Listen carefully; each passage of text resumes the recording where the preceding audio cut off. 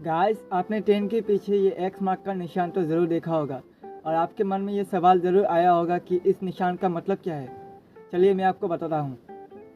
Station से जब कोई ट्रेन गुजरती है तब स्टेशन मास्टर ये ध्यान रखता है कि किसी ट्रेन के पीछे एक्स मार्क का निशान होता है या नहीं।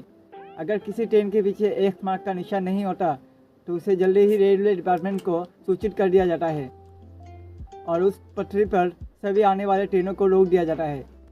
ट्रेन के आखिरी डिब्बे पर एक्स का निशान नहीं होने का मतलब ये है कि ट्रेन के कुछ डिब्बे रास्ते पर ही रह गए हैं और उस पटरी पर आने वाले सभी ट्रेनों को रोक दिया जाता है।